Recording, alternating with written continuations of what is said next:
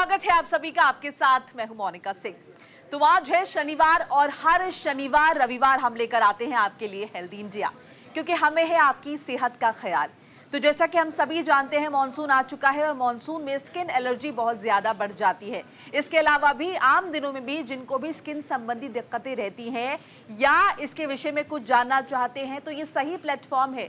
इसके ज़रिए आप अपनी समस्याओं का समाधान जान सकते हैं। फ़ोन लाइन्स हमारी खुली हुई हैं। फ़ोन लाइन्स के ज़रिए आप हमारे एक्सपर्ट से सवाल पूछ सकते हैं, वो आपकी समस्याओं का समाधान करने की कोशिश करेंगे। हमारे साथ डॉक्टर्स का पैनल भी जुड़ेगा, इस पे हम चर्चा भी करेंगे तमाम आपकी प्रॉब्लम्स पर। लेकिन सबसे पहले हम आपको एक रिपोर्ट दिखाते हैं, देखिए। कहीं ज्यादा बारिश हो रही है तो कहीं कम। बारिश के थमते ही धूप निकलती है, साथ ही बढ़ती है उमस। इसकी वजह से कई तरह की स्किन रिलेटेड समस्याएं होती हैं। इस मौसम में वातावरण में नमी बढ़ जाती है, वहीं बारिश रुकते ही उमस बढ़ती है जिससे पसीना आता है। दोनों ही परिस्थितियों में स्किन पर बैक्टीरिया पनपते हैं। इस वजह से fungal infection, ringworm, skin rashes, irritation, scabies यानी दाग, एथलीट फुट जैसी कई तरह की स्किन से जुड़ी समस्याएं होने लगती हैं। जाहिर है हमारी स्किन इस मौसम में ज्यादा सेंसिटिव हो जाती है, उस पर एलर्जिक रिएक्शन होने लगते हैं। खासतौर से डायबिटीज के मरीजों को इस दौरान अधिक देखभाल की सलाह दी जाती है, क्योंकि बरसात में उनकी त्वचा के संक्रमित होने का खतरा ज्यादा होता है। दूसरी ओर बरसात में त्वचा ज्यादा ऑयली हो जाती है, जिसकी वजह से स्किन ब्रेकआउट होना शुरू हो जाता है और एक्ने, पिंपल जैसी समस्याएं होने लगती हैं। इन समस्याओं पर कुछ हद तक काबू पाने के लिए आपको कुछ बातों का ख्याल रखना होगा, जैसे कि अगर आप बारिश में भीग जाते हैं तो साफ पानी से नहा लें, अपने बालों को शैम्पू से धोएं, बाल गीले होने की सूरत में उन्हें बांधे नहीं, वहीं बालों को सुखाने के लिए हेयर ड्रायर का इस्तेमाल करें। हो सके तो हफ्ते में एक बार नीम के पानी से अपने बालों को अच्छी तरह से धोएं। अगर आप इन छोटी छोटी बातों का ख्याल रखेंगे तो बरसात के मौसम का लुत्फ तो उठा ही पाएंगे, साथ ही अपनी स्किन को सुरक्षित भी रख पाएंगे। न्यूज इंडिया के लिए मोनिका सिंह की रिपोर्ट। स्किन संबंधी कई दिक्कतें हैं जिन पर हम चर्चा करेंगे। हमारी फोन लाइंस भी खुली हुई हैं और इनके जरिए आप भी फोन करके इन समस्याओं का समाधान जान सकते हैं। एक छोटा सा ब्रेक यहाँ पर ले लेते हैं, फौरन हाजिर हो रहे हैं, कहीं मत जाइएगा।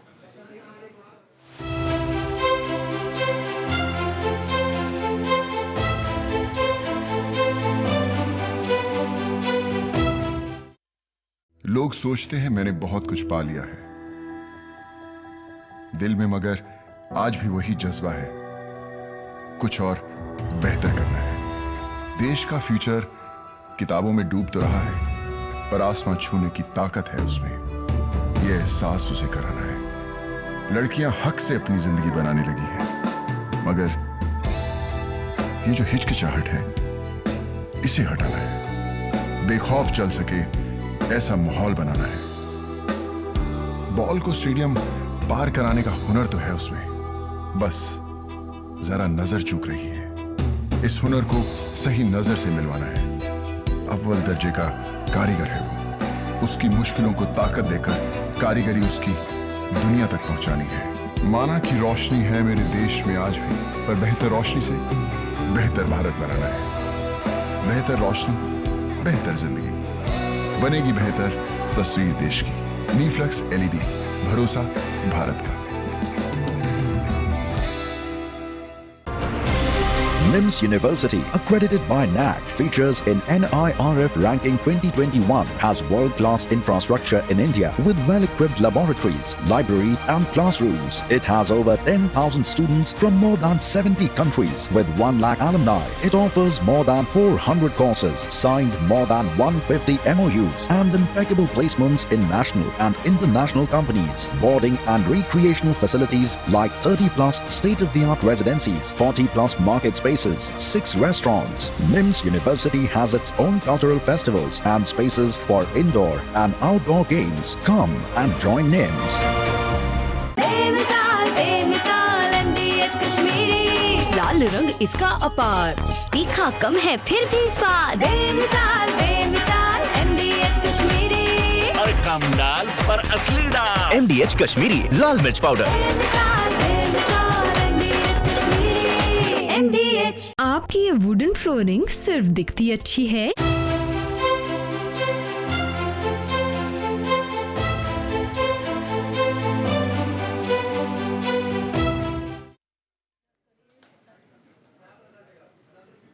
ब्रेक के बाद आप सभी का स्वागत है। हम स्किन संबंधी समस्याओं पर चर्चा करेंगे। डॉक्टर्स का पैनल भी हमारे साथ जुड़ चुका है, उनका तारुफ करा देते हैं। डॉक्टर विजय सिंघल हमारे साथ है जो कि स्किन स्पेशलिस्ट हैं। इनके अलावा डॉक्टर शिखा करे हैं हमारे साथ जो कि डर्मेटोलॉजिस्ट हैं।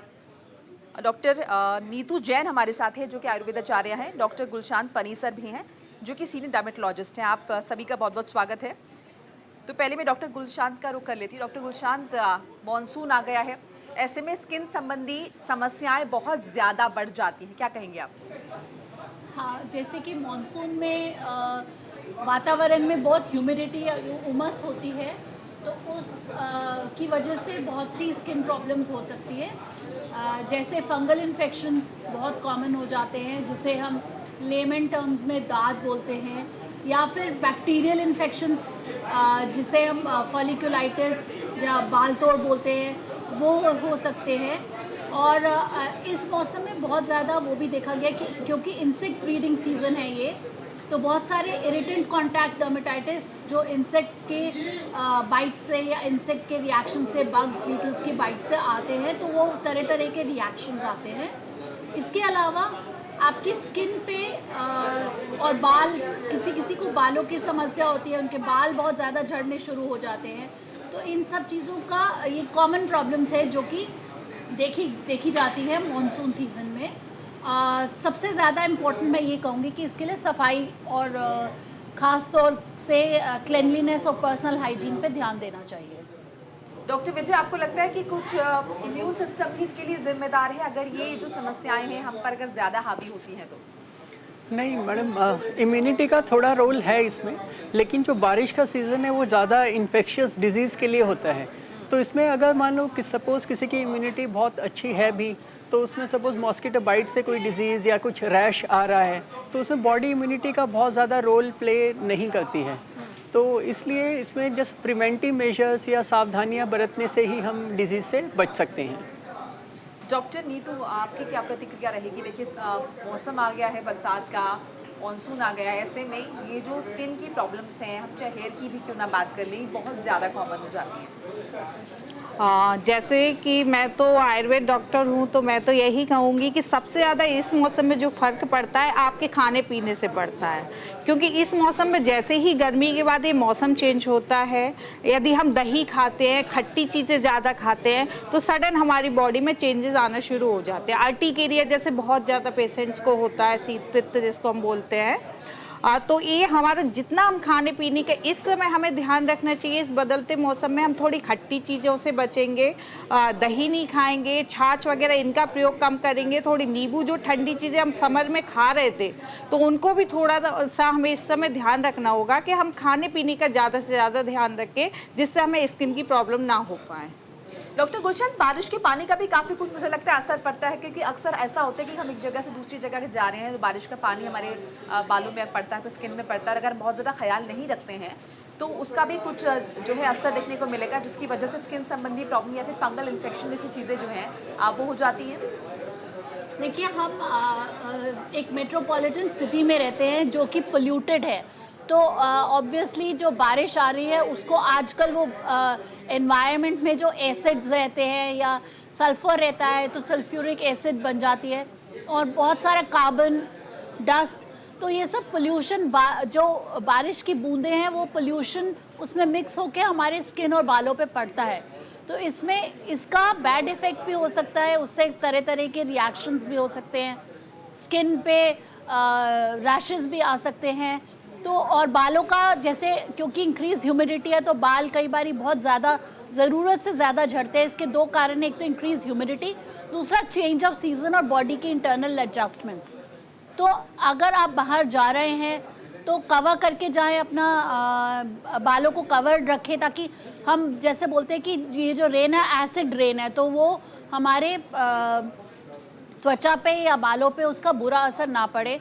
स्किन का है तो उसको स्किन पे हम एक लेयर सनस्क्रीन, हम ज़्यादातर बोलते हैं कि नहीं अगर बादल है तो सनस्क्रीन लगाने की ज़रूरत नहीं, लेकिन ऐसा नहीं है। आप एक लेयर मॉइस्चराइज़र और सनस्क्रीन लगाइए ताकि direct effect of acid rain आपकी स्किन पे ना पड़े। और हेयर को तो आप बैंडेना या स्कार्फ से भी कवर कर सकते हैं, कैप से भी कवर कर सकते हैं, आईज़ को प्रोटेक्टिव ग्लासेस से कवर कर सकते हैं। ये सब आपकी प्रोटेक्शन के लिए है। रही बात फंगल इन्फेक्शंस की, तो वो तो किसी भी तरह की ह्यूमिडिटी से हो जाएगा, भले ही वो एसिड रेन हो या नॉर्मल हो। तो उसके लिए आपका पर्सनल हाइजीन पे ही ध्यान देना कि आप गीले कपड़े तुरंत बदल लीजिए। अगर आप हो भी गए हैं, किसी कारणवश गीले हो गए हैं, तो ज़्यादा देर ह्यूमिड या वेट कपड़ों में ना रहें और अपने कपड़ों को कोशिश करें प्रेस करके पहने ताकि उनमें जो थोड़ा बहुत डैम्पनेस रह जाता है वो ना हो। इन कुछ प्रिकॉशंस होती है, अगर आप ये लेंगे तो जो आप फंगल इन्फेक्शंस हैं उनको अवॉइड करेंगे। हर परिवार का आप सबके टॉवल सेपरेट होने चाहिए और क्लोथ्स भी 60 डिग्री या अबव में धुलने चाहिए। और कोशिश करें कि जो वो कपड़े पहनते हैं वो बिल्कुल ड्राई हो, डैम्प ना हो। बिल्कुल, क्योंकि ये समस्या भी बहुत कॉमन है कि धूप उतनी अच्छे से नहीं निकल पाती। ऐसे में जैसे कि आपने जिक्र किया कि आयरन कर लेना एक अच्छा सोल्यूशन है।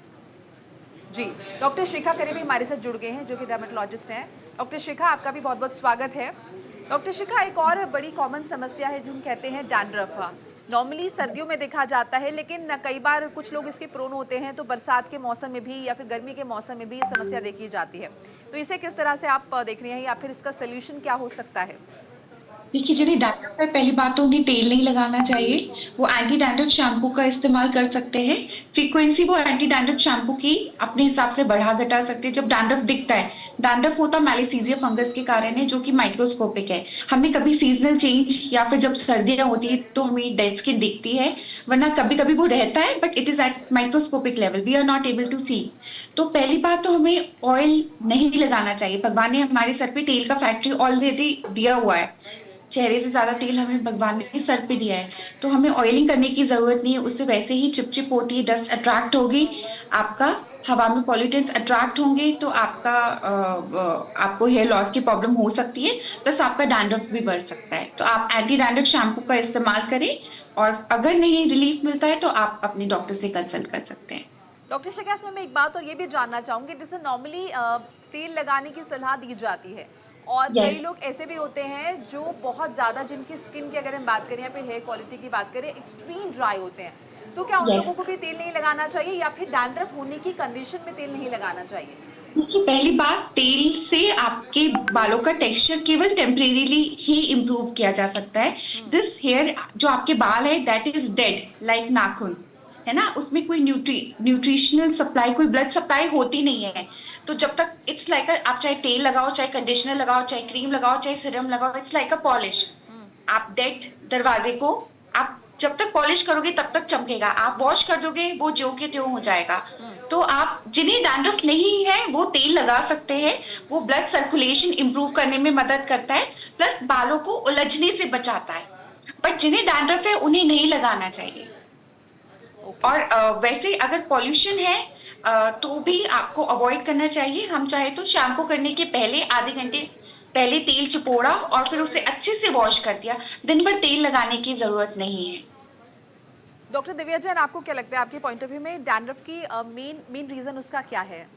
चलिए इस बीच एक कॉलर में ले लेती हूँ। अंजलि हमारे साथ जुड़ी है। अंजलि, आपका बहुत बहुत स्वागत है, अपना सवाल पूछिए। धन्यवाद मैम जी। मुझे ये पूछना है कि मेरे जो हेयर है वो काफी झड़ रहे हैं, वो हमेशा ही काफी झड़ते हैं। आपके बाल हमेशा ही झड़ते हैं और अभी भी झड़ रहे हैं? डॉक्टर हाँ, दिव्या, मुझे कोई अच्छा शैम्पू बताइए। और काफी मतलब ये समझ लीजिए कि बिल्कुल गंदे होने की स्थिति बन गई है। और इसके अलावा मेरी स्किन अगर मैं जरा सा भी धूप में जाती हूँ तो बिल्कुल डल और काली हो जाती है। 15 मिनट के अंदर पूरी स्किन काली हो जाती है, बहुत डार्क हो गई है। तो उसके लिए कुछ फेयरनेस के लिए आपको कोई क्रीम या लोशन बताएं। डॉक्टर दिव्या, सच जब भी हम हेयर का देख के चलते हैं तो रेनी सीजन के हिसाब से लेके चलेंगे तो उसमें भी हेयर में डैंड्रफ की इश्यूज़ की वजह से हेयर लॉस हो सकता है। इवन फ्रीक्वेंट वॉशिंग रिक्वायरमेंट हो रहती है रेनी सीजन में। प्लस जब हेयर को आप रात को टाई करके सोएंगे तो हेयर लॉस कम हो सकता है। अपार्ट फ्रॉम दैट एक गुड बायोटीन टैबलेट आप ऐड कर सकते हैं। एक आयरन की टैबलेट यूजुअली ऐड की जाती है।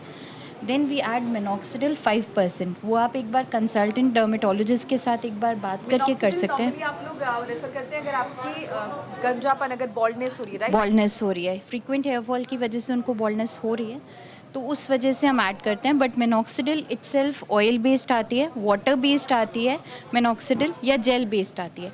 तो ये डिपेंड करता है कि आपके स्कैल्प को देख के पता लगता है कि आपका कौन सा मिनॉक्सिडिल यूज़ करना है। प्लस देन मिनॉक्सिडिल 2% है फीमेल्स के लिए, 5% है मेल्स के लिए। But depending on that also हमें 1-2 बार देखना पड़ता है स्कैल्प को कि कैसे ऐड करना है।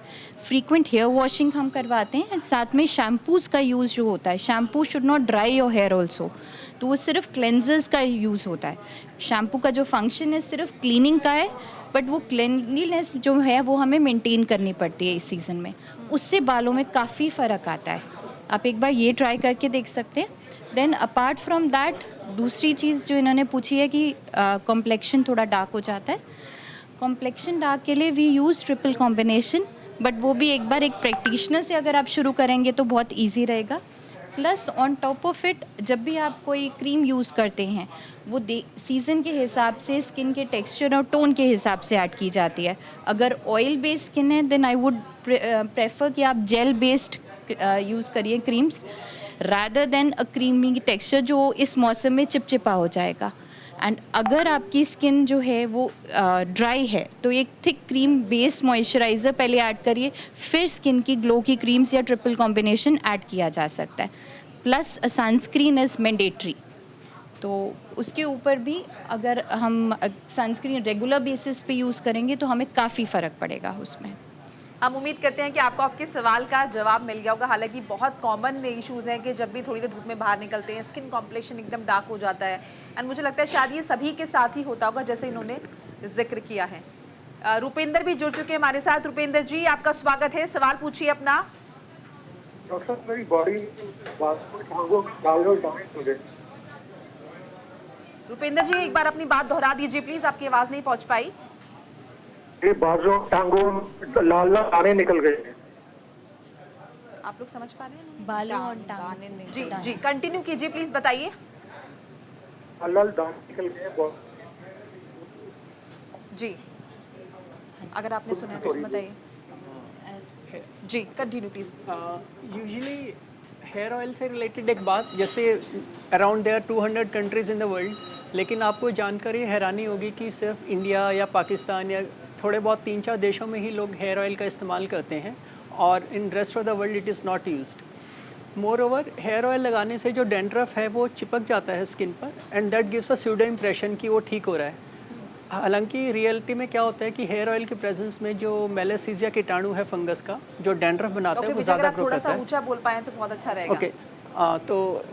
ओके, तो हेयर ऑयल की प्रेजेंस में जो मेलासीजिया कीटाणु है वो ज़्यादा डेंड्रफ बनाता है, तो इसलिए ख़ास तौर से हेयर ऑयल का इस्तेमाल मना करते हैं। और जो लाल दानों की बात आपने कही, तो हेयर ऑयल की मसाज से सर पर या बॉडी पर भी ख़ास तौर से बारिश के दिनों में दाने निकल जाते हैं, जिसको हम अपनी भाषा में फॉलिकुलाइटिस कहते हैं। तो आप हेयर ऑयल की मसाज को बंद करें, उससे बहुत सारे पेशेंट्स को काफ़ी फ़ायदा मिलेगा। अगर ऐसा करने से भी आपको फ़ायदा नहीं मिल रहा तो आप अपने नियर बाय स्किन स्पेशलिस्ट को ज़रूर कंसल्ट करें। चलिए हम उम्मीद करते हैं कि आपको आपके सवाल का जवाब मिल गया होगा। नीतू जी से मैं जानना चाहूँगी, आयुर्वेद की दृष्टि से इनको क्या लगता है कि आयुर्वेद की दृष्टि से तो हम सबसे पहले यही कहेंगे कि आपको अपने लिवर पर ध्यान देना पड़ेगा। मीन्स आप कुछ लिवर टॉनिक ले सकते हैं जिससे लिवर से बहुत फ़र्क पड़ता है। इस समय यदि जो हेयर फॉल वगैरह होता है तो हमने जब भी ये किसी भी पेशेंट्स की यदि हमने रिपोर्ट्स कराई हैं तो सबसे ज़्यादा एलएफटी में चेंजेस आते हैं। तो यदि हम लिवर टॉनिक यदि आयुर्वेद का कुछ लेते हैं और दाने वगैरह के लिए तो फिर आपको ब्लड प्यूरीफायर लेना पड़ेगा कि आयुर्वेद के जो भी ब्लड प्यूरीफायर सिरप वगैरह आते हैं तो आप आसपास किसी भी आयुर्वेद डॉक्टर को कंसल्ट करके आप वो ले सकते हैं। और इस सीज़न में आप थोड़ा सा ग्लो की टैबलेट वगैरह ले सकते हैं जिससे थोड़ी सी आपकी इम्यूनिटी भी बूस्ट रहे और आप थोड़ा सा सेफ रहें। चलिए हमारे साथ एक और कॉलर है पनेसर से, नीता जी हमारे साथ। नीता जी आपका स्वागत है, सवाल पूछिए अपना। हेलो जी, अपना सवाल पूछिए। हाँ जी, मेरा सवाल ये है कि ना आफ्टर मेनोपॉज मेरी एज 50 इयर्स है। आफ्टर मेनोपॉज जो है मेरे फेस पे, होठों के आसपास और जो गर्दन है वो बहुत ब्लैकिश होती जा रही है। बाजू पे भी ब्लैकिशनेस होता जा रहा है काफी। और ट्यूब वगैरह से तो ये कोई ठीक नहीं हो रहा, ट्यूब वगैरह लगाने से। जी डॉक्टर पनीर सर। एक एज के बाद अगर हमारा ये जैसे बता रही हैं कि गर्दन पे या अंडर आर्म्स की डार्कनिंग हो रही है, तो अगर कोई ओवरवेट है या ओबीज है या उस वजह से एक कंडीशन होती है जिसे हम बोलते हैं एकेंथोसिस नाइग्रिकैंस, ये जिस तरीके से बता रही हैं तो इनको मोस्ट लाइकली एकेंथोसिस नाइग्रिकैंस है। ये उन कंडीशंस में होता है जब आपके बॉडी में या तो फैट कंटेंट ज़्यादा है, मतलब आप ओवरवेट हैं बॉडी मास इंडेक्स के हिसाब से, या ओबीज है, या फैमिली हिस्ट्री या डायबिटीज़ की, या आप खुद डायबिटिक भी हैं, तो मेरी सलाह ये होगी कि आप अपना ब्लड शुगर कराइए और अपना सीरम इंसुलिन लेवल कराइए। और अगर ये नॉर्मल है तो एक डर्मेटोलॉजिस्ट से मिले जो कि कुछ दवाओं को देने से ये थोड़ा कुछ हद तक हल्का हो सकता है। और दूसरा, अगर आप ओवरवेट हैं या ओबीज हैं तो अपना वेट रिडक्शन की तरफ वर्क करिए, which can be by exercise and dietary control. तो ये जिस तरीके से बता रही है, इस बीमारी को हम लोग एकेंथोसिस नाइग्रिकैंस कहते हैं। चलिए, हम उम्मीद करते हैं कि आपको आपके सवाल का जवाब मिल गया होगा। एक छोटा सा ब्रेक हमें यहाँ पे लेना होगा। ब्रेक के बाद हम फौरन हाजिर हो रहे हैं, कहीं मत जाइएगा, फोन लाइन्स हमारी लगातार खुली हुई है। छोटा सा ब्रेक। ब्रेक के बाद आप सभी का स्वागत है। तो हमारे साथ एक कॉलर पहले से जुड़े हुए हैं जिनके सवाल का जवाब दे देते हैं। इसके गुप्ता जी हमारे साथ। गुप्ता जी, बहुत बहुत स्वागत है आपका। सवाल अपना पूछ सकते हैं आप। मुझे मेरे माउथ पर छाले हो जाते हैं। जी, छाले छाले आपके हो जाते हैं? जी हाँ जी। कहाँ पे छाले? मुंह में छाले की बात कर रहे हैं आप? जी जी, मुंह में वैसे। जी doctor.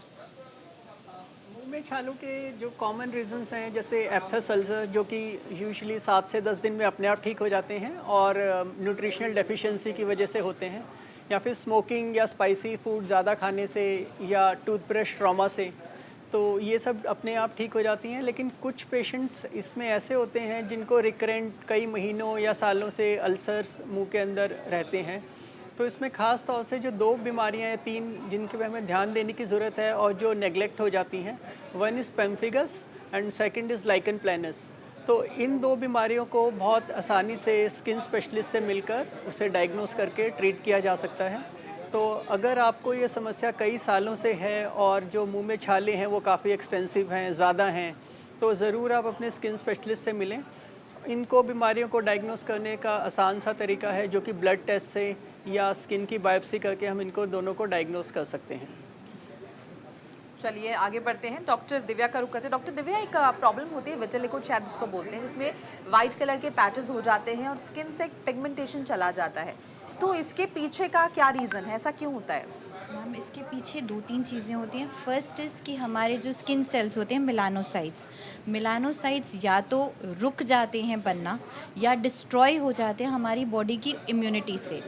Vitiligo actually auto immune बीमारी है जिसकी वजह से ये प्रॉब्लम कॉमनली देखी गई है उन पेशेंट्स में। अगर हम बायोप्सी करेंगे तो वहाँ पर मेलानोसाइट्स एब्सेंट मिलेंगे, स्किन सेल्स जो पिगमेंट देती हैं। ये स्किन सेल्स की वजह से हमारी टॉप लेयर होती है उसमें एम्प्टी और वाइट कलर के पैचेस बन जाते हैं। तो क्या ये प्रॉब्लम जो है इसको ठीक भी किया जा सकता है या फिर ये परमानेंट होती है? मैम, ये प्रॉब्लम रिलैप्सिंग ज़रूर है और ये ट्रीटेबल भी है टू वन एक्सटेंट। ऐसा नहीं है कि कम्प्लीटली ट्रीटेबल और 100% क्योर है, but yes it is treatable to some extent और बहुत सुंदर रिजल्ट्स आते हैं कई पेशेंट्स में जिसमें इजी टू ट्रीट है। बट हाँ, अगर इसमें हेयर का पैच वाइट हो जाए या वाइट हेयर ग्रोथ दिखनी शुरू हो जाए या लिप टिप विटिलिगो है specifically, these are very difficult to treat. इसमें आपको थोड़ी मुश्किल आएगी ट्रीट करने में क्योंकि इनके अंदर पिगमेंट कम्प्लीटली लॉस्ट हो जाता है और वो हेयर फॉलिकल का पिगमेंट भी गायब हो जाता है, तो इसमें थोड़ा मुश्किल आता है। Otherwise it is treatable to some extent in many places. Neetu ji, Ayurveda के हिसाब से किन चीज़ों का कॉम्बिनेशन होता है ये, या फिर क्या बॉडी में रीज़न रह जाते हैं जिसकी वजह से ये समस्या होती है? हाँ, विटिलिगो आयुर्वेद में जैसे कि सबसे ज़्यादा वही खाने का ही फ़र्क पड़ता है। यदि कोई ज़्यादा नमक वाली चीज़ें खाता है या फिर खट्टा मीठा मिला के, जैसे कई बार वो कॉन्सेप्ट होता है कि दूध के साथ पराठा खा रहे हैं, नमक वाली चीज़ें खा रहे हैं, तो इस तरह के जब खाना आप खाते हो तो इसके चांसेस होते हैं। मतलब यदि किसी को हो रहा है तो और भी बढ़ जाता है। तो इसमें आयुर्वेद में तो क्या होता है, यदि आप 1 साल के अंदर इसको ट्रीट करवाते हैं तो बहुत अच्छे रिजल्ट्स मिलते हैं और एकदम ठीक होता है। बट आप जैसे ही इसको टाइम यदि 1 साल से ऊपर निकल गया आपका, तो इसका ठीक होना बहुत मुश्किल होता है। फिर हम इसको वीक तो कम तो हो जाता है बट कम्प्लीटली क्योर नहीं होता है। तो इसमें आपको डाइट पे बहुत ध्यान देना पड़ेगा। मेनली दही, मीठी चीज़ें, खट्टी चीज़ें, तिल और गुड़ की चीज़ें आपको पूरी तरह अवॉइड करनी होंगी। हालांकि ये जैसे कॉम्बिनेशन आपने जिनका जिक्र किया ये बहुत कॉमन है, तो ऐसा नहीं है कि जो भी लोग ये कॉम्बिनेशंस का सेवन करें वो सभी इसके निशाने पर, ऐसा नहीं है जिसको सूट नहीं कर पा रहा। हाँ, क्योंकि आयुर्वेद में क्या होता है ना, प्रकृति के अकॉर्डिंग होता है हर इंसान। किसी की बात प्रकृति, किसी की पित्त प्रकृति, किसी की कफ प्रकृति। तो ये नहीं पता है कि किसकी बॉडी, किसी पेशेंट को तो नहीं पता होता ना कि उसकी प्रकृति किस तरह की है। तो इस तरह की चीज़ें खा के किसी को हो जाता है और किसी को नहीं होता है। और कौन सी चीज़ वो ज़्यादा खा रहा है ये हम तो एक बार जज कर सकते हैं, लेकिन वो पेशेंट जो वो खुद नहीं जज कर सकता कि वो ऐसा क्या ज़्यादा खा रहा है। डॉक्टर गुलशान, क्या ये जेनेटिक भी होता है, हेरिडिटरी भी होता है कि अगर पेरेंट्स को है तो बच्चों को भी हो सकता है, कुछ इस तरह का भी होता है? देखिए, विटिलिगो एक ऑटोइम्यून बीमारी है, हमने अभी बोला। अभी हाल ही में 25 जून को हमने वर्ल्ड विटिलिगो डे कमेमोरेट भी करते हैं और इसके बहुत सारे कारण हैं। जेनेटिक उनमें से एक है और इसकी मल्टीफैक्टोरियल इनहेरिटेंस होता है। तो अगर एक पेरेंट को विटिलिगो है तो द चांसेस कि उनके बच्चे को होगा उसके रिस्क बढ़ जाते हैं। इसके साथ हमें अंडरलाइंग कॉजेज़ ज़रूर देखने चाहिए। कई बारी अंडरलाइंग ऑटोइम्यून थायराइड प्रॉब्लम भी होता है या प्राइमरी बिलियरी सिरोसिस जो कि एक लिवर का प्रॉब्लम है, वो भी इससे एसोसिएटेड होता है। तो ये कई एसोसिएशंस हैं जो हमें मेडिकली रूल आउट करना चाहिए। लेकिन होती है ऑटोइम्यून ही है और डिपेंड करता है कि कितने एक्सटेंट से। अगर लेस देन 10 या 20% बॉडी सरफेस एरिया इन्वॉल्व है तो वो कभी कभी आराम से ट्रीट हो जाता है। इसके भी फिर आगे कई प्रकार है। कई बारी सेगमेंटल विटिलिगो होता है जिसमें सिर्फ एक सेगमेंट इन्वॉल्व होता है। कई बारी एक्रल, जिसे लिप टिप कहते हैं, मतलब टिप ऑफ नोज़ और नकल्स और फिंगर्स इन्वॉल्व होते हैं और लिप्स इन्वॉल्व होते हैं। तो वो वहाँ पे क्योंकि हमारे हेयर फॉलिकल्स भी नहीं हैं और हम कहीं से मेलेनोसाइट्स मोबिलाइज भी नहीं कर सकते, तो वो डिफ़िकल्ट होता है। पर जेनेटिक्स डेफिनेटली एक रोल प्ले करता है in addition to environmental factors. Stress है, वो stress has got a very big role to play in development of vitiligo. Doctor Vijay, कौन से एज ग्रुप में ये प्रॉब्लम जो है ज़्यादा देखी जाती है? विटिलिगो यूजुअली बच्चों में और टीन एजर्स में या अर्ली एडल्ट्स में ज़्यादा देखा जाता है। और ऐसा नहीं है कि भाई ज़्यादा जब पेशेंट बड़ी उम्र का या ओल्ड एज में वहाँ पे स्टार्टिंग होगी, ऐसा यूजुअली कम देखने में आता है। तो अर्ली जो यंग एज ग्रुप है लेस देन 30 to 40 ईयर्स, उससे पहले उन पेशेंट्स में ये ज़्यादा देखी जाती है। डॉक्टर दिव्या, अब कुछ कॉमन चीज़ों की बात कर लेते हैं। जैसे कि हम देखते हैं पिंपल्स बहुत कॉमन है, मोस्टली लड़के या लड़कियां उनके चेहरे पे दाने नज़र आएंगे, तो इसके पीछे क्या रीज़न हम माने? मौसम का बदलना? बहुत सारे फैक्टर्स होते हैं एक चीज़ होने में। सपोजिटली अगर एक पर्सन एक्ने के साथ प्रेजेंट करता है तो फर्स्टली हार्मोनल चेंजेस असेस करते हैं। पीसीओडी में it is very common. Second, number of face wash, वो फेस वॉशेस कई बारी अच्छे नहीं यूज़ करते या फ्रीक्वेंटली यूज़ नहीं करते। वी एडवाइज़ 2 to 3 टाइम्स आप फेस वॉश ज़रूर करिए। थर्ड, कई लोग मेकअप लगा के सो जाते हैं जिसकी वजह से पोर्स ब्लॉक हो जाते हैं। मेनली एक्ने का रीज़न होता है pores blockage due to any reason. कभी लोग मुल्तानी मिट्टी ज़्यादा लगाते हैं, कई लोग मेकअप बहुत ज़्यादा लगाते हैं, कई लोगों का बेसन से हो जाता है। पोर ब्लॉकेज की वजह से भी काफ़ी प्रॉब्लम आती है। देन उसके बाद मल्टी फैक्टोरियल कॉजेज़ में और भी आते हैं। कईयों के फेशियल हेयर होती हैं जिसकी वजह से भी हेयर रूट ब्लॉक हो जाती है, जिसकी वजह से दाने दिखाई देते हैं। कई लोग ऑयलिंग करते हैं जिनकी वजह से फोरहेड एक्ने हो जाता है। तो there are many causes for acne. सबसे सिंपल तरीका हम लोग लेके चलते हैं कि हार्मोनल असेसमेंट हम करवाते हैं एक्ने के लिए, which is easier to do. And जब ये हार्मोनल असेसमेंट हो जाती है उसमें हमें पता लग जाता है कि पीसीओडी है या नहीं है। सो उसकी वजह से भी एक्ने ईजी टू ट्रीट हो जाता है, टॉपिकल क्रीम से ही फ़र्क पड़ना शुरू हो जाता है। लेकिन जैसा कि अभी आपने जिक्र किया ना, दिन में 3-4 बार आप जो है फेस वॉश का इस्तेमाल करें, तो ऐसे में जिन लोगों की एक्सट्रीम ड्राई स्किन है वो लोग क्या करें? क्योंकि अगर बहुत ज़्यादा फेस वॉश यूज़ करेंगे वो, तो स्किन तो और ज़्यादा ड्राई हो जाएगी। मैम फेस वॉश जो भी यूज़ करे, whether it is oily skin और ड्राई स्किन, pH 5.5 मेंटेन होना चाहिए, या फिर जेंटल क्लिनजर्स आते हैं which are non foaming, which are sulphate free, so वो फेस वॉशेस ड्राई स्किन में बहुत अच्छी तरह से काम करते हैं। प्लस उसकी भी बात, ड्राई स्किन वालों को 30 सेकेंड्स के अंदर मॉइस्चराइज़र लगाना चाहिए विद इन 30 सेकेंड्स, तो जब मॉइस्चर लॉकिंग हो जाए और हमारी स्किन हेल्दी या सप्पल रहे। एज अ रिज़ल्ट जो पोर्स होते हैं वो ब्लॉक नहीं होते। एंड इसके बाद ड्राई स्किन वालों में भी टॉपिकल भी एडवाइस की टॉपिकल रेटिनॉइड्स भी यूज़ कर सकते हैं to prevent acne, but that to over a moisturiser specially for dry skin. Normally oily skin is easier to treat in that manner. Doctor Panesar, आप क्या एडवाइस करेंगी इस मौसम में किस तरह से स्किन को फिट रखें? जैसे कि अभी डेली रूटीन के बारे में बता रहे हैं, लेकिन इसे लेकर भी बहुत सारे बिट्स हैं, कन्फ्यूजन्स हैं। इफ़ यू कैन सजेस्ट हमारे दर्शकों को कि तो सही तरीका क्या होना चाहिए दिन की शुरुआत करने के लिए, अगर आप स्किन अच्छी चाहते हैं, ग्लो करती हुई चाहते हैं तो। एक लाइन में ऐड करना चाहूँगी कि इस मौसम में हम कई बार एक्ने का एग्रेवेशन भी देखते हैं। इसे हम मोस्टली बिकॉज ऑफ स्वेट, जिसे हम ट्रॉपिकल एक्ने बोलते हैं। ये पहले जैसे हम कोविड के टाइम मास्क पहनते थे तब भी उसके नीचे स्वेटिंग से आ जाता था। तो इस एक्ने के लिए, एक्ने को अवॉइड करने के लिए आप एक रेगुलर लाइफस्टाइल फॉलो कीजिए, क्लेanलीनेस पे ध्यान दीजिए, अपनी रेगुलर एक्सरसाइज पे ध्यान दीजिए, अपने डाइट पे ध्यान दीजिए कि उसमें बहुत ज़्यादा शुगर या रिफाइंड फ्लावर या जिसे हम मैदा बोलते हैं हिंदी में, ये सब एक्सेसिवली नहीं लेना चाहिए। ये जनरली हर एज ग्रुप्स में हर सीज़न के लिए है। और अपनी स्किन को अच्छा रखने के लिए आप एक फेस वॉश ज़रूर यूज़ कर सकते हैं। अगर ड्राई स्किन है तो they are special face washes for dry skin जो कि आपके डर्मेटोलॉजिस्ट आपको बता देंगे। और अगर ऑयली स्किन है तो उस हिसाब से आप फेस वॉश यूज़ करिए। अप टू 2 टाइम्स आप अपना फेस वॉश कर सकते हैं।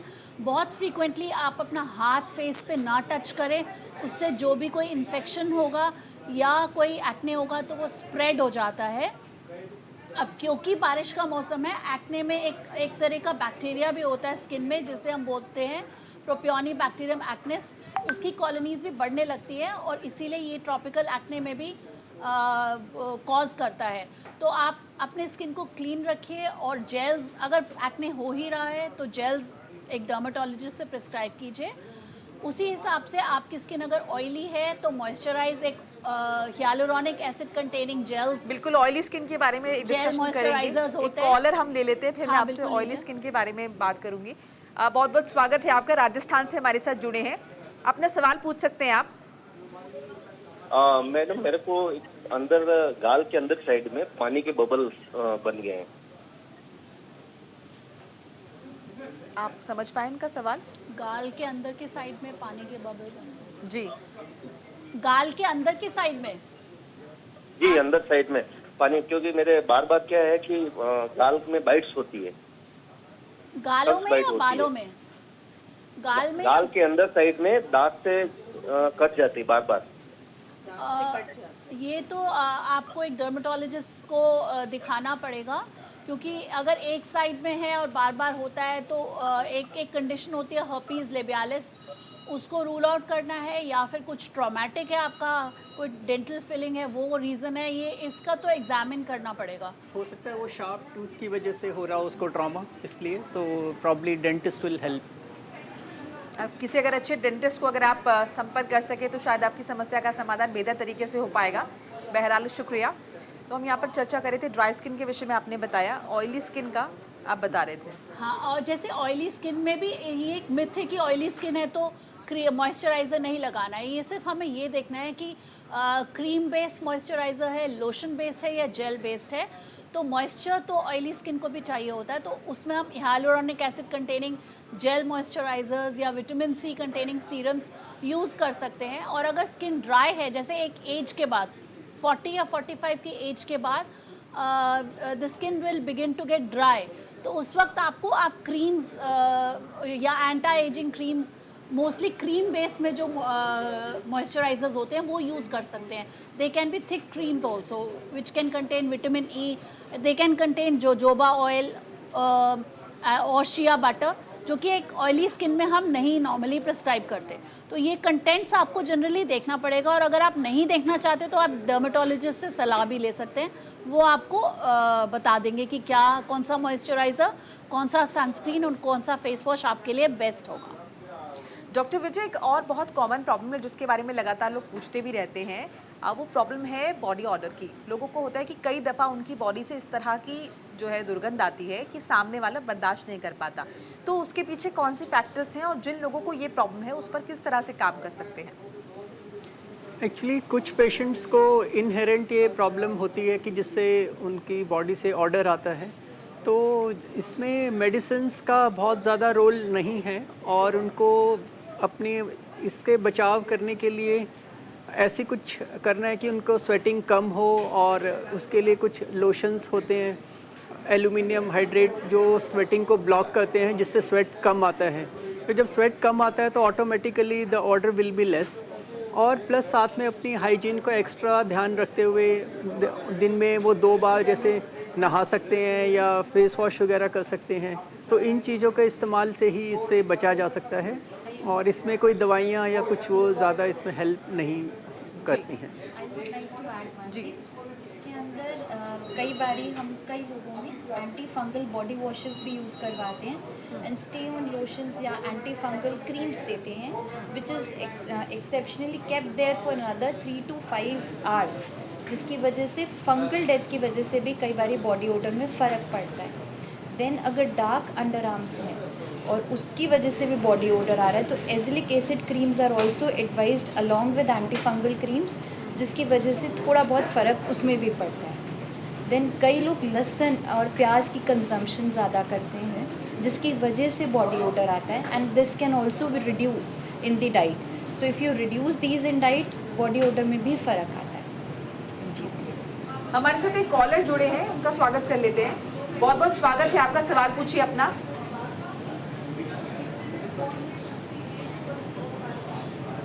आपको हमारी आवाज़ मिल रही है? चलिए फिर से जुड़ने का प्रयास करेंगे. नीतू जी, आज जैसे अभी हम शरीर की दुर्गंध की बात करें, डॉक्टर ने बताया कि कुछ डाइट में भी हमें चेंजेस लाने चाहिए. कई दफ़ा लहसुन प्याज, मुझे लगा शायद इसमें आयुर्वेद का भी कुछ ना कुछ रोल होता होगा. उसके बारे में जानूंगी. कॉलर ले लेते हैं. राजेश गुप्ता हमारे से जुड़ गए हैं. राजेश जी, आपका स्वागत है. सवाल पूछिए अपना. जी, थैंक यू मैम. जी, ऐसा है, हमारी वाइफ के जो है बाल की प्रॉब्लम है, जो हेयर है, तो हेयर उनके बहुत रूखे हो गए हैं और बहुत झड़ रहे हैं जी. तो बहुत ही ज्यादा कम भी हो गए हैं बाल. तो इसके लिए क्या प्रॉब्लम है, क्यों ऐसा हो रहा है, और इसके लिए हम क्या करें जो बाल बहुत स्मूथ हों और ज्यादा बढ़े. जी, doctor Divya, if you can elaborate. बाल रूखे हो गए बहुत ज़्यादा, what is the reason behind? बालों का रूखा होना है व्हेन शैम्पू इज़ हार्श या फिर सल्फेट ज़्यादा हो शैम्पू के अंदर, जिससे लोग कई बारी क्वांटिटी ऑफ शैम्पू भी ज़्यादा लेते हैं या फिर शैम्पू हार्श लेते हैं to clean the scalp. Actually shampoo का pH 5.5 लेके चलिए. सल्फेट फ्री शैम्पू ढूंढिए. सल्फेट फ्री शैम्पूज़ की वजह से बालों का टेक्सचर सॉफ्ट रहेगा. Plus silicone based leave on serums भी आते हैं मार्केट में, आप उनका यूज़ भी कर सकते हैं after wash. Then is conditioner. Conditioner को बहुत जुडिशियसली यूज़ किया जाता है. कंडीशनर को जब आप यूज़ करें तो सिर्फ लेंथ पे यूज़ करें. उसको यूज़ करने के बाद 3 to 4 mugs ऑफ वाटर ही डालना है. लिबरल यूज़ ऑफ कंडीशनर नहीं करना. अगर हम ऐसा करते हैं तो डैंड्रफ हो जाता है. Then third thing is when we are using any products, आपने ये देखना है कि वो स्कैल्प में रूट्स में इन्फेक्ट ना करे. हर प्रोडक्ट जो बालों के टेक्सचर को सॉफ्ट करने के लिए यूज़ किया जाता है वो सिर्फ स्ट्रैंड्स पे काम करे, आपकी रूट्स को टच ना करे. तो उससे आपके बालों में सॉफ्टनेस आ जाएगी. Texture with in 15 days improve कर जाता है. हमारे साथ एक और कॉलर हैं, शिखा भी हमारे साथ. शिखा, आपका स्वागत है. सवाल पूछिए अपना. जी, चलिए चंदा देवी का रुख कर लेते. चंदा देवी, आपका बहुत बहुत स्वागत है. सवाल पूछिए अपना. जी मैडम, मुझे हमें बाजू में मतलब बाजू में पाखड़ी में जो जहाँ बाल आते हैं वो बिल्कुल बंद है सर मैडम, वो और खुद भी चल रहा है दोनों जगह। जी डॉक्टर शिखा, आप सुन पाइए इनकी समस्या, प्रॉब्लम इनकी? मुझे जो समझ में आया है, इन्हें बाथरूम की जगह पे खुजली है, मैंने इतना ही सुना है। जी चंदा देवी, आपका सवाल जी, प्लीज कंटिन्यू। जी, बाथरूम की जगह खुजली होने के कई कारण हो सकते हैं। जो सबसे मोस्ट कॉमन कारण है जांघों में दाद होना। दाद एक फंगल इन्फेक्शन है, तो एक ये कारण भी हो सकता है। हो सकता है कि इनको वजाइनल डिस्चार्ज की प्रॉब्लम हो, डिस्चार्ज की वजह से भी खुजली हो सकती है। और कभी कभी लोग पेशेंट को साइकोजेनिक इचिंग होती है, या वो खुजली कर करके चमड़ी मोटी हो जाती है। Itching is a pressure sensation, तो कभी इचिंग होती है, हाथ रुकता नहीं है, तो इच स्क्रैच इच साइकिल चलती रहती है। तो वो तो एक बार ये डर्मेटोलॉजिस्ट को दिखाएंगे, वो कारण देख के ही बता पाएंगे और उसका ट्रीटमेंट कर पाएंगे। चलिए, उम्मीद करते हैं कि आपकी समस्या का कुछ समाधान हम दे पाए हैं। डॉक्टर नीतू जी, मैं इससे पहले आपसे जानना चाह रही थी, जैसे कि हम दुर्गंध के विषय में बात कर रहे थे, तो उस पर आपका क्या मत है? जी। तो आयुर्वेद में तो हमारे यहाँ जैसे ये दुर्गंध जब भी आती है जब आपका पित्त कंटेंट ज़्यादा बढ़े, मतलब जो ज़्यादा ऑयली चीज़ें ज़्यादा खाते हैं, थोड़े मिर्च मसाले बहुत ज़्यादा खाते हैं, तो उनको स्वेटिंग बहुत ज़्यादा होती है। फिर उनके अंदर बॉडी यदि वेट भी ज़्यादा है, साथ में कोलेस्ट्रॉल वगैरह बढ़ रहा है, तो भी स्मेल बहुत ज़्यादा आती है। तो इस कंडीशन में पहले तो हम उसका वेट वगैरह भी देखेंगे। यदि वेट ज्यादा है तो उसको सबसे पहले तो वेट रिड्यूसिंग कुछ देंगे, और दूसरा पित्त शामक कुछ चीजें से इस समय हरिद्रा खंड करके एक आयुर्वेद में मेडिसिन आती है, उसको हम दूध में देते हैं। और थोड़ा सा पित्त शामक कुछ मेडिसिन आती है, तो वो आप किसी भी आयुर्वेद डॉक्टर से कंसल्ट करके कोई ले सकता है। तो इसमें आयुर्वेद का बहुत अच्छा रोल होता है। जी, हमारे साथ एक और कॉलर है नेहा। नेहा जी, आपका स्वागत है, सवाल पूछिए अपना। हेलो जी। हाँ, मेरा जो हेयर है वो काफ़ी पतला है, और हेयर वॉश करने के बाद में कुछ ही देर बाद वो आपस में थोड़ी सी देर बाद उलझ जाते हैं। मैं चाहती हूँ कि आप कोई अच्छा शैम्पू और हेयर ऑयल बताएं, और मेरे बाल कंटिन्यू स्ट्रेटनिंग रहें और हेयर फॉल की समस्या खत्म हो। डॉक्टर शिखा, आप देखिए, कोई भी माइल्ड शैम्पू यूज कर सकते हैं, आपको हार्श शैम्पू नहीं यूज करने हैं। और आप कोई भी कंडीशनर लगा सकते हैं, अपने शैम्पू करने से पहले भी कंडीशनर लगाइए, शैम्पू करने के बाद भी कंडीशनर लगाइए। कंडीशनर आपके रूट्स पे नहीं लगना चाहिए। बाकी आपके बाल ना उलझे, इसके लिए आप बालों को लाइटली गूंथ के भी रख सकते हैं ताकि उलझे ना। आप अपने तकिए पे सिल्क का कवर यूज कर सकते हैं। अगर आपके यहाँ पानी खारा है, ये भी बालों के उलझने का, ड्राई होने का कॉमन कारण है, तो आप वाटर सॉफ्टनर लगा सकते हैं अपने शावर में, या फिर आप फिल्टर के पानी से बात। हमारे साथ एक और कॉलर है जयपुर से, डॉक्टर नेहा। डॉक्टर नेहा, स्वागत है, बताइए आपकी किस तरह से सहायता कर सकते हैं? कि मेरे को अभी पिछले 1 मंथ से बहुत ज़्यादा हेयर फॉल हो रहा है, और अभी क्या है, स्कैल्प में थोड़ा अगर मैं छूती हूँ तो डैंड्रफ भी इशू रहता है। बाकी ये कि फॉल इंस्टेंटली बहुत ज़्यादा हो गया इन दिनों, like may be because of the weather also and due to humidity also.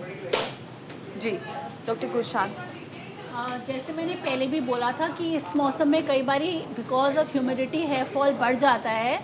तो अगर आपके बाल बहुत झड़ रहे हैं और काफ़ी समय से झड़ रहे हैं, तो एक तो आपका हार्मोनल टेस्ट, जिसमें कि मेनली थायराइड और कुछ और टेस्ट भी होते हैं जो ब्लड से होते हैं, वो होना ज़रूरी है। आपका एक डिटेल हिस्ट्री, जिससे कि हम आपका लाइफस्टाइल और डाइटरी फैक्टर्स पता लगा सकें, वो भी ज़रूरी है।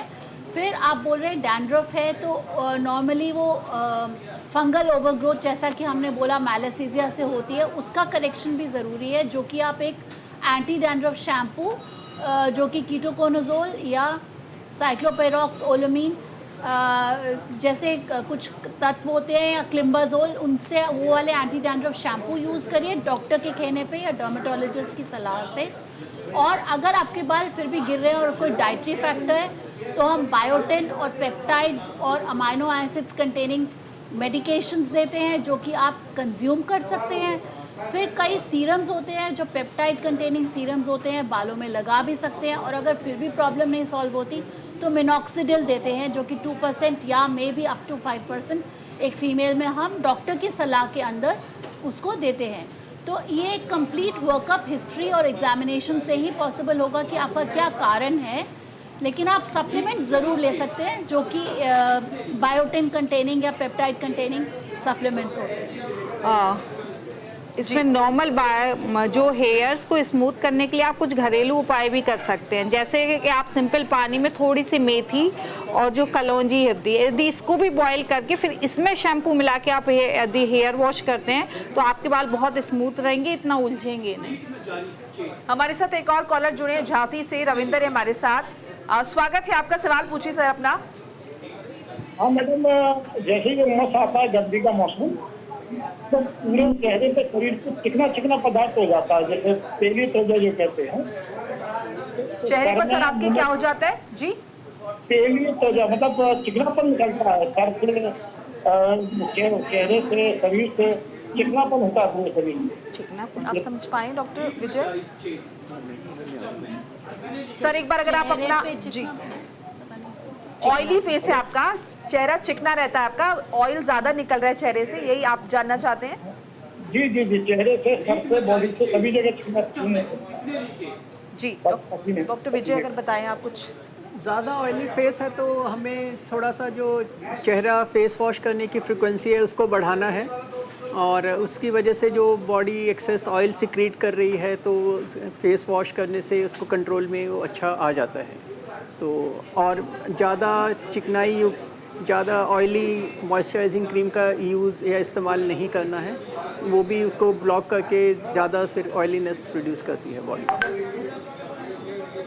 चलिए उम्मीद करते हैं कि आपको आपके सवाल का जवाब मिल गया होगा।